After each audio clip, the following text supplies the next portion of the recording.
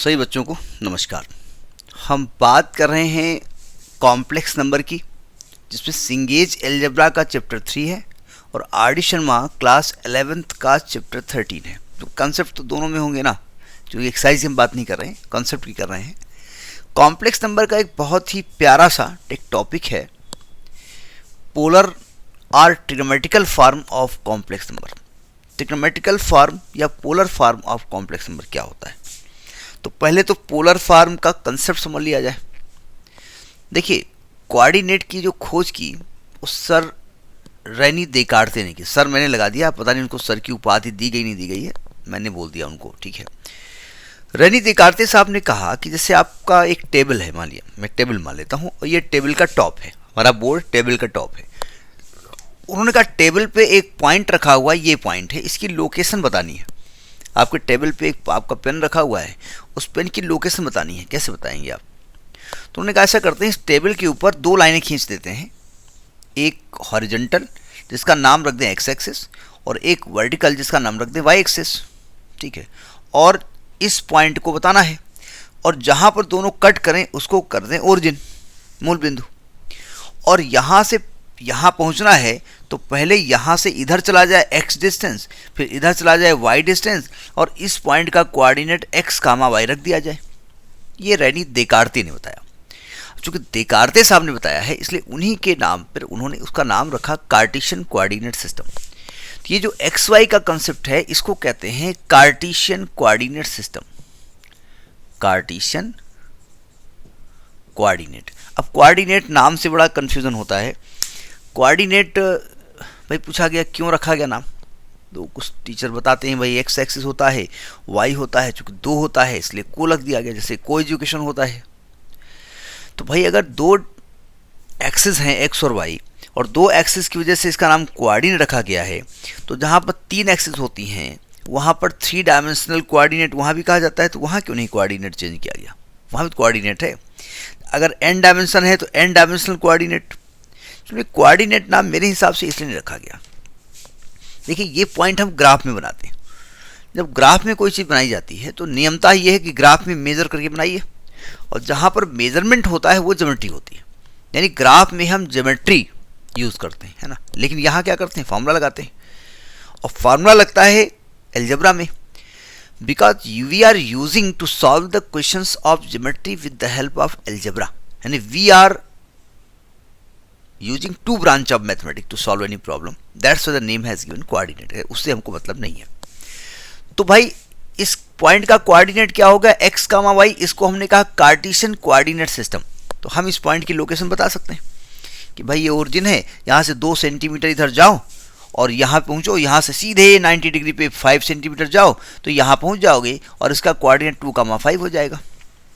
इस पॉइंट को बताने का एक और तरीका हमारे पास है। हमने कहा यहाँ से ऐसा करो कि थीटा एंगल बनाते हुए और आर डिस्टेंस पे आप पहुँच जाओ तो यहाँ पहुँच जाओगे। तो आर कामा थीटा भी इसका कहने का तरीका है।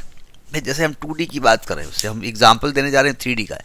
अब सामने हमारे ट्यूबलाइट लगी हुई है, तो इसकी लोकेशन क्या है, ये एक्स एक्सिस ये वाई एक्सिस, पहुँच जाएंगे हम। नहीं, वैसे तो ये 3D स्पेस में आएगा, मैं समझाने के लिए कर रहा हूँ। ये एक्स एक्सिस ये वाई एक्सिस, यहाँ हम खड़े ओरिजिन, यहाँ से 5 सेंटीमीटर या 5 मीटर, फिर ऊपर 2 मीटर, पहुँच गए आप। एक तरीका हम इस ट्यूबलाइट का लोकेशन बता सकते हैं कि भाई हम जहाँ खड़े हैं ये ओरिजिन है, यहाँ से 60 डिग्री एंगल पर 7 मीटर दूर जाओगे ट्यूबलाइट मिल जाएगी। तो जितने एंगल पे हैं और जितनी दूर जा रहे हैं इस लोकेशन पे पहुँच गए। तो आर कामा थीटा इसको कहा जाता है पोलर कोऑर्डिनेट सिस्टम। तो दूसरा कोऑर्डिनेट सिस्टम क्या होता है, पोलर कोऑर्डिनेट सिस्टम। तो इसको जो लिखते हैं वो आर कामा थीटा से लिखा जाता है, लिखने का तरीका होता है। आप बड़े होंगे, नहीं बड़े हो ही गए हैं और बड़े होंगे, तो फिर सिलेंड्रिकल कोऑर्डिनेट और बहुत सारे spherical coordinate system graduation level पढ़ाए जाएंगे, वो बात की बात है, ठीक है। तो ये पोलर कोऑर्डिनेट हो गया कि पोलर कोऑर्डिनेट सिस्टम होता क्या है। तो आप कहेंगे ये लफड़ा कॉम्प्लेक्स में कहाँ गया? तो हमने कॉम्प्लेक्स नंबर को एक अर्गेंट प्लेन लिया था, जिसमें हमने इसको इसको रियल एक्सिस लिया था, इसको लिखा था इमेजिनरी एक्सिस, थोड़ा जो काम है। तो हमने अर्गेंट प्लेन में उस कॉम्प्लेक्स नंबर को रिप्रेजेंट किया था, वो कार्टेशियन सिस्टम था। तो उसको अगर आर थीटा में रखेंगे तो पोलर हो जाएगा, पॉइंट तो सेम है ना। तो हम उसी कार्टेशियन को पोलर में चेंज करना चाहते हैं, बस वही मैं समझाने जा रहा हूँ। पोलर और कार्टेशियन की बात समझ में आ गई होगी। आगे देखो, अब मैं आता हूँ आपके कॉम्प्लेक्स नंबर पे। भाई कॉम्प्लेक्स में पोलर में क्या कैसे क्या चेंज किया जाएगा, क्या लफड़ा क्या है। देखो, हम एक कॉम्प्लेक्स नंबर मान लेते हैं x प्लस आई वाई।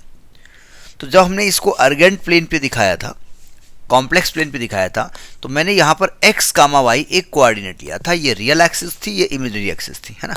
ये वास्तविक अक्ष था, ये अधिकल्पित अक्ष था। तो मैंने इसको x माना था, ये रियल एक्सिस है, और इसको y माना था, ये इमेजिनरी एक्सिस है। और इस पॉइंट पे, इस पॉइंट की लोकेशन आ रही थी x कामा वाई, यानी मेरे हिसाब से ये x था और ये y था। बात समझ में आ गई। अब वो एक्स वाई की वैल्यू के हिसाब से उसका कोऑर्डिनेट सिस्टम चेंज हो सकता है, कोऑर्डिनेट सिस्टम नहीं। अब हम पोलर में चाहते हैं, हम चाहते हैं भाई ओरिजिन से r डिस्टेंस पर, क्योंकि ये पॉइंट एक कॉम्प्लेक्स नंबर को रिप्रेजेंट कर रहा है ना, तो इस कॉम्प्लेक्स नंबर की यहाँ से दूरी अगर r है इस कॉम्प्लेक्स पॉइंट की, और अगर ये एंगल थीटा है, तो इसका जो पोलर कोऑर्डिनेट सिस्टम होगा वो होगा r कामा थीटा। इसको 99 पोलर ही कहा जाता है, लेकिन चूंकि ट्रिग्नोमेट्री है इसलिए ट्रिग्नोमेट्रिकल सिस्टम भी कहा जाता है। अब हम चाहते हैं आर थीटा की, एक्स वाई तो दिया हुआ है, अब हम आर थीटा चाहते हैं, तो हम इसी एक्स वाई को आर थीटा में चेंज करें कैसे। देखो ध्यान से, मैंने कहा अगर ये ट्रायंगल आपको दिख रहा है ओ ए बी, ये ट्रायंगल दिख रहा है, ट्रायंगल ओ ए बी में, in triangle O A B में अगर हम कॉस थीटा लगा दें, तो आप जानते हैं बेस अपन हाइपोटेन्यूज होता है, आधार प्रतिकरण होता है, यानी एक्स बटे आर हो जाएगा। तो x का मान क्या आएगा, r cos थीटा, x का मान निकल आया। और अगर इसी ट्रायंगल में हम साइन थीटा लगा दें तो y बटे r आ जाएगा। तो y का मान क्या निकलेगा, r साइन थीटा। तो अगर हम यहां पर रख दें z इज इक्वल टू, तो हम लिखेंगे r cos theta plus i sine theta. बस ये हो गया। हमने ये जो x प्लस आई वाई था ना, इसको लिख दिया r cos theta plus r i sine theta, r common ले लिया, यही हो गया आपका। समझ में आ गई बात। r यहाँ पर मॉडुलस होता है, r यहाँ पर क्या है, r एक्चुअली कॉम्प्लेक्स जो नंबर है ना जिस पॉइंट पे है उस पॉइंट की ओरिजिन से दूरी होती है, ये मॉड z होता है, जिसको कि आप अभी निकालेंगे। थीटा को क्या कहते हैं, एक तो इसको एम्पलीट्यूड कहते हैं, एम्पलीट्यूड, और दूसरा इसका नाम होता है आर्ग्यूमेंट। आर्ग्यूमेंट यानी इसको AMP ऑफ z भी कहते हैं थीटा को, इसको ARG ऑफ z भी कहते हैं आर्ग्यूमेंट थीटा को। थीटा की बहुत बहुत बहुत अच्छी अदा है। थीटा की वैल्यू ग्रेटर देन माइनस पाई और लेस आर इक्वल टू पाई होता है, ये बड़ी खासियत है। मतलब पाई से बड़ा नहीं हो सकता और माइनस पाई से छोटा नहीं हो सकता, पाई हो सकता है, इसलिए हमने इक्वल टू पाई लिखा है। माइनस पाई से छोटा नहीं हो सकता और पाई से बड़ा नहीं हो सकता है। ये जो वैल्यू निकालने का की अदा है कॉम्प्लेक्स की, वो थोड़ा टेक्निकल है, ठीक है। तो अब आप भाई आर कैसे निकालेंगे, भाई आपको तो एक्स वाई दिया गया है ना, आर कैसे निकालें। तो सिंपल सी बात है, अगर इन दोनों इक्वेशंस को स्क्वायरिंग एंड एडिंग कर दें, स्क्वायरिंग एंड एडिंग, भाई यहाँ से निकाल सकते हैं x square plus y square to r square, बन गया डायग्राम। लेकिन अब अगर यहाँ से निकालेंगे squaring and adding equation 1 and 2, तो इधर क्या आ जाएगा, x square plus y square is equal to r square, तो आर का मान आएगा under root x square plus y square, यही मॉड जेड है। तो मॉड जेड निकल आया। अब थीटा कैसे निकाला जाए, थीटा निकालने के लिए दोनों को डिवाइड कर दो, तो यहाँ पर डिवाइड कर दो। तो चूंकि हम ज़्यादातर, चूंकि स्लोप होती है और स्लोप के लिए हम tan का इस्तेमाल करते हैं, तो साइन बटे कॉस करेंगे, तो आएगा r sine theta upon r cos theta is equal to y upon x, तो tan theta is equal to y upon x, तो थीटा का मान आएगा tan inverse y upon x, ठीक है। यहाँ जो थीटा लिया जाएगा वो प्रिंसिपल वैल्यू ली जाएगी। थीटा यहाँ पर होती है प्रिंसिपल वैल्यू, प्रिंसिपल वैल्यू। क्योंकि दो प्रकार की वैल्यू होती है, एक प्रिंसिपल होती है, एक जनरल होती है। तो पहले वो प्रिंसिपल और जनरल को दे दिया जाए देख लिया जाए, फिर थीटा के बारे में बात करते हैं। ठीक है, ये बात समझ में आ गई होगी मेरे हिसाब से।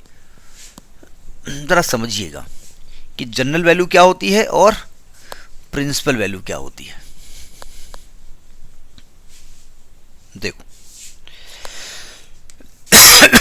जैसे आपने, अच्छा आप ये तो जानते हैं कि जब थीटा पॉजिटिव होता है तो जब एंटी क्लॉकवाइज नापते हैं, कहाँ से नापेंगे, ये आपकी इनिशियल लाइन है एक्स एक्सिस से, यहाँ से नापेंगे।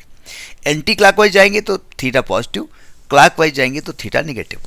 कहाँ से आया भाई, ये आपने फिजिक्स में जब आपने एंगुलर डिस्प्लेसमेंट, एंगुलर वेलोसिटी पढ़ा है तो वहाँ डायरेक्शन बताई गई। अब मैं बताने यहाँ नहीं जा रहा हूँ।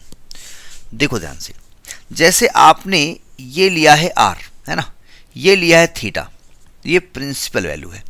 अगर ये एंगल लिया है ना, अगर इसमें 2 पाई प्लस कर दें तो फिर वही एंगल मिल जाएगा। इसमें 2 पाई फिर प्लस कर दें 360, फिर वहीं पहुंच जाएंगे। इसमें 2 पाई फिर प्लस कर दें, फिर वही मिल जाएंगे। यानी कि हर 2 पाई के बाद उस एंगल का रिपीटेशन होना है। तो यानी कि थीटा में अगर आप 2k पाई प्लस कर दें, जहाँ k का मान k जो है इंटीजर है, तो आपको जो थीटा जो वैल्यू मिलेगी इसे कहते हैं जनरल वैल्यू, जनरल वैल्यू। अब प्रिंसिपल क्या होती है, प्रिंसिपल जो है, देखो ध्यान से, एंगल कैसे नापेंगे, यहाँ से लेकर के यहाँ तक की वैल्यू या यहाँ से लेकर के यहाँ तक की वैल्यू, इसको कहते हैं प्रिंसिपल वैल्यू। एक बार सिंगल, ठीक है, ये ध्यान रखिएगा। अगर आपका एंगल इस यहाँ पर आ रहा है, मान लिया ये वाला एंगल आ रहा है ये, तो आप ये एंगल नहीं लेंगे, क्योंकि ये लेंगे तो पाई से बड़ा हो जाएगा ना। और अभी हम कह रहे हैं कि theta is greater than minus pi and less or equal to pi. भाई अगर आप ये एंगल यहाँ से नापते हैं, यहाँ पहुँचते हैं, तो एंगल पाई से बड़ा हो गया ना। और आपसे साफ साफ कहा गया कि भाई इसमें जो आर्ग्यूमेंट होगा, एम्पलीट्यूड होगा, यानी थीटा होगा, वो प्रिंसिपल जो वैल्यू उसकी होगी। जनरल वैल्यू तो आप 2k पाई प्लस कर दो, कोई दिक्कत नहीं, लेकिन जो प्रिंसिपल वैल्यू होगी वो माइनस पाई से पाई के बीच में होनी चाहिए। तो आप ये ना नाप करके ये वाला एंगल नापेंगे, है ना, तो ये एंगल निगेटिव नापा जाएगा, इधर का पॉजिटिव होता है। तो थीटा हमेशा यहाँ से लेकर के यहाँ तक नापो या इधर नापो, इधर अगर थर्ड और फोर्थ क्वाड्रेंट में है तो इधर से नापो, फर्स्ट सेकंड में है तो इधर से नापो। ये थीटा नापने का तरीका होता है। तो अभी बात समझ में आई। अब देखिए यहाँ पर किसी भी कोऑर्डिनेट सिस्टम में को कॉम्प्लेक्स नंबर, किसी का भी कॉम्प्लेक्स नंबर को हम पोलर फॉर्म में चेंज करने जा रहे हैं। दो तरीके से मैं इस क्वेश्चन को बताने की कोशिश करूंगा, जो तरीका समझ में आए वो पकड़ लीजिएगा, ठीक, जरा समझिएगा। मैंने कहा 1 प्लस आई को आप पोलर फॉर्म में चेंज करिए। एक एग्जांपल लेता हूं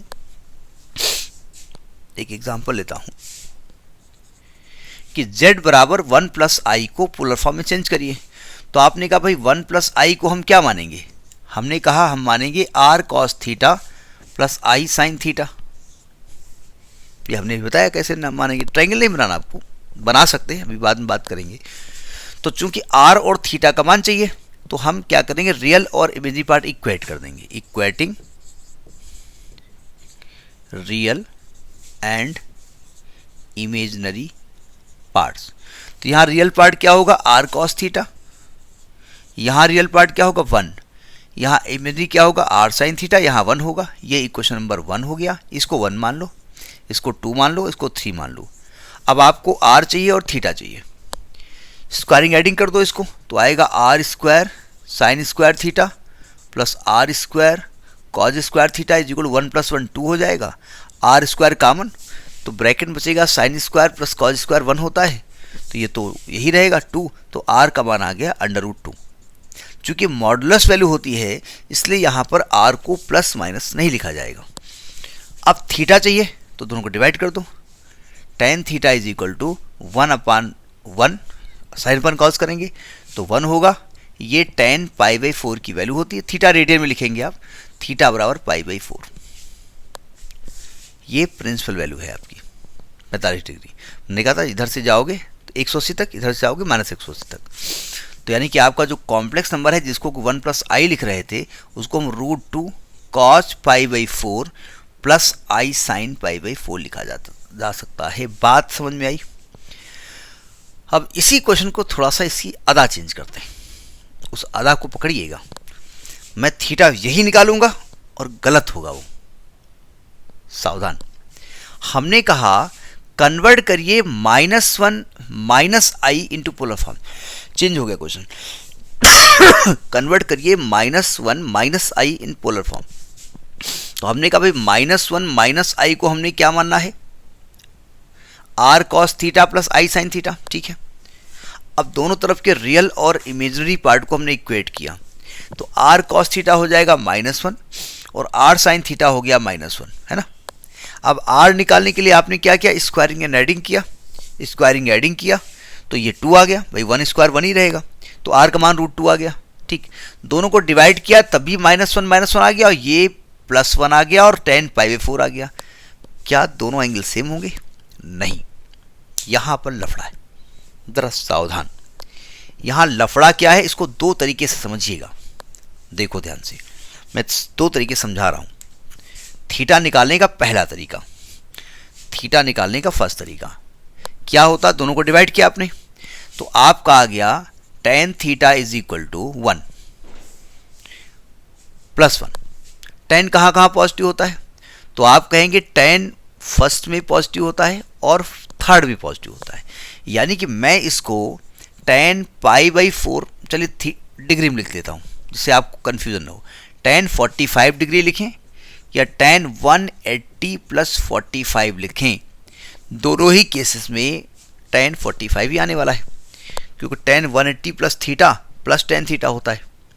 तो यानी कि थीटा आप 45 डिग्री लिखें या 225 डिग्री लिखें, दोनों केसेस में वैल्यू +1 आने वाली है। अब अगर मैं 45 लिखता हूं तो ये एंगल फर्स्ट क्वाड्रेंट का है और ये एंगल थर्ड क्वाड्रेंट का है। अब हम फर्स्ट क्वाड्रेंट की वैल्यू लें या थर्ड क्वाड्रेंट की वैल्यू लें, एक्चुअली में थीटा हमें वो लेना है जो साइन और कॉस दोनों को सूट करे। चूंकि साइन भी यहाँ निगेटिव है, कॉस भी यहाँ निगेटिव है, दोनों निगेटिव थर्ड में होते हैं, इसलिए मुझे वहां पर वो एंगल लेना पड़ेगा जो थर्ड भी हो।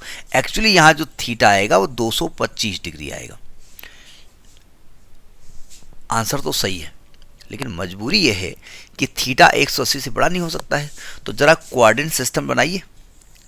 225 आपका यहां तक हुआ ना, 180 ये 45, तो आप उल्टा बताओ कितना एंगल होगा। तो 180 में 45 माइनस कर दो, कितना आएगा 135। तो ये 135 डिग्री लिखेंगे माइनस का, है ना, क्योंकि उल्टा आप एंटी क्लॉकवाइज मेजर कर रहे हैं। तो थीटा यहाँ आएगा माइनस का 3π/4, ये थीटा लिया जाएगा। बात समझ में आई, आ गई ना। तो ये तरीका होता है। तो आप ये नहीं लिखेंगे 225, लेकिन अंत में आप कहेंगे कि एंटी क्लॉकवाइज क्लॉकवाइज डायरेक्शन में या प्रिंसिपल वैल्यू लेने के लिए, तो प्रिंसिपल वैल्यू आपकी -3/4 हो जाएगी। तो आपका जो जेड निकला है -1 माइनस आई, यह आएगा √2 cos -3π/4 प्लस आई साइन -3π/4। ठीक, अब वो एक अलग की बात है, cos माइनस थीटा होता है प्लस cos थीटा और साइन माइनस होता है माइनस साइन थीटा। तो आप लिख सकते हैं √2 cos 3π/4 और माइनस आई साइन 3π/4, जबकि पोलर फॉर्म के लिए ये चीज़ नहीं लिखी जाती है, यही आंसर लिखेंगे आप, क्योंकि ये आपको ये इन्फॉर्मेशन नहीं देता है कि ये निगेटिव एंगल है, ये भी निगेटिव है, ये इन्फॉर्मेशन नहीं देता है। तो आप यहीं पर उसको रोकेंगे। समझ में बात नहीं आई। तो थीटा निकालने का एक तो ये तरीका हो गया, एक होता है आप अर्गेंट प्लेन में ही थीटा निकाल लीजिए। ज़रा समझने की कोशिश करिए। अगर हम आपसे कहें कि भाई z बराबर -1 माइनस आई है, तो अगर मैं इसको कोऑर्डिनेट सिस्टम में लिखूंगा तो -1 ये कोऑर्डिनेट होगा। और अगर आप यहाँ शो करना चाहें तो ये यहाँ पर कहीं आएगा -1 यानी अगर हम ट्रायंगल बनाएं तो ये एक्चुअली में ये दूरी -1 है, ये दूरी -1 है और ये आपका √2 है। बात समझ में नहीं आई। तो अगर हम थीटा निकालते हैं ये, तो -1/-1 +1 आएगा, तो 45 आएगा ना थीटा। भाई tan theta is equal to -1/-1 +1, तो 45 आ गया। और हमको चूंकि इधर से एंगल नहीं चाहिए, हमको ये चाहिए, तो अगर ये 45 है तो 180 माइनस कर दो तो 135 आएगा। अब चूंकि हम क्लॉकवाइज मेजर कर रहे हैं इसलिए माइनस में 135 आएगा। बात समझ में आ गई होगी। यानी थीटा वो वैल्यू लेते हैं जो इन दोनों इक्वेशंस को सेटिस्फाई करे। पहली बात तो ये। जैसे हमने 45 डिग्री लिया था और 225 लिया था, तो सेटिस्फाई करे। और दूसरी बात, आपकी जो वैल्यू होगी थीटा की, वो यहाँ से लेकर के यहाँ तक और यहाँ से लेकर के यहाँ तक प्रिंसिपल वैल्यू लेनी है, यानी इसके नीचे नहीं आएंगे, इसके ऊपर नहीं जाएंगे। अपनी अपनी एरिया डिसाइडेड है। बात समझ में मेरे हिसाब से आ गई होगी। तो क्वेश्चन डिस्कस करेंगे तो कुछ और बातें आएंगी, बहुत ज़्यादा डिटेल में और जाने की ज़रूरत नहीं है, इतना ही दिमाग में आ गया होगा। बस इतना ध्यान रखिएगा, थीटा लेने के लिए आपको ये देखना पड़ेगा कि इन दोनों इक्वेशन को सेटिस्फाई कर रही हो वैल्यू, ठीक है। जैसे मैं एक छोटा सा एग्जांपल और ले लेता हूँ, ज़्यादा समझ में आ जाएगा। हमने कहा 1 को पोलर फॉर्म में चेंज करिए। अब आप कहेंगे 1 में तो कॉम्प्लेक्स है नहीं, वो भी कॉम्प्लेक्स प्लेन हो सकता है ना, 1 + i हो सकता है। 1 को पोलर फॉर्म में चेंज करिए, तो आप कहेंगे आपने 1 को क्या माना, आपने 1 बराबर लिखा r cos theta plus i sin theta. आपने दोनों तरफ कहानी नहीं लिख रहे हैं, तो r cos थीटा की वैल्यू क्या आ गई, रियल पार्ट तो 1 हो गया और r sin थीटा तो 0 आ गया, है ना। स्क्वायरिंग एडिंग करिए तो r² = 1, r का मान 1 आ गया, ये तो z आ गया मॉड का। दोनों को डिवाइड करो तो r sin theta upon r cos theta = 0, tan theta = 0, और 0 किसकी वैल्यू होती है, tan 0 की, तो थीटा 0 डिग्री आ गया। जब हम r को 1 और थीटा को 0 करेंगे तो 1 × cos 0 1 होता है, 1 × cos sin 0 0 होता है, यानी ये थीटा इन दोनों वैल्यू को सेटिस्फाई भी कर रहा है। तो आपका कॉम्प्लेक्स नंबर आएगा 1 × cos 0 प्लस i sin 0। बात समझ में आ गई। लेकिन अगर यही क्वेश्चन चेंज होकर के यहाँ -1 हो जाता, तो यहाँ तो -1 आता, यहाँ 1 ही आता, और जब -0/-1 करो तभी 0 आता। देखो, अगर हम आपसे कहते कि आप -1 को पोलर फॉर्म में चेंज करिए, तो आपने -1 को मान लिया r cos theta plus i sin theta. अब अगर क्या तो करेंगे ही करेंगे, जब इक्वेट करोगे तो real part r cos theta -1 के इक्वल आएगा, r sin थीटा यहाँ पर i है नहीं तो 0 आएगा। स्क्वायरिंग एंड एडिंग करोगे तो r का मान 1 आ गया, डिवाइडिंग करोगे तो फिर 0 आएगी वैल्यू। भाई r sin theta upon r cos theta करोगे तो 0 आएगी ना, tan थीटा फिर 0 आ गया। तो अगर मैं tan 0 लिखता हूं तो भैया 0 इसको सेटिस्फाई नहीं कर रहा है, क्योंकि r का मान 1 और cos 0 का मान 1, ये -1 नहीं आएगा। तो हम जानते हैं tan पाई की वैल्यू भी तो 0 होती है, तो थीटा यहाँ पाई लिया जाएगा क्योंकि cos पाई -1 होता है, पाई इसको सेटिस्फाई कर रहा है, इसलिए पाई यहाँ पर लेंगे, है ना। तो जब यहाँ रखेंगे तो ये cos pi plus i sin पाई आएगा -1, अगर आप -1 को चेंज कर रहे हैं। बात समझ में नहीं आई? तो इस प्रकार से थोड़ा सा थीटा के वैल्यू पे थोड़ा सा दिमाग लगाना पड़ेगा, थोड़ा सा, ठीक। नेक्स्ट वीडियो, नमस्कार।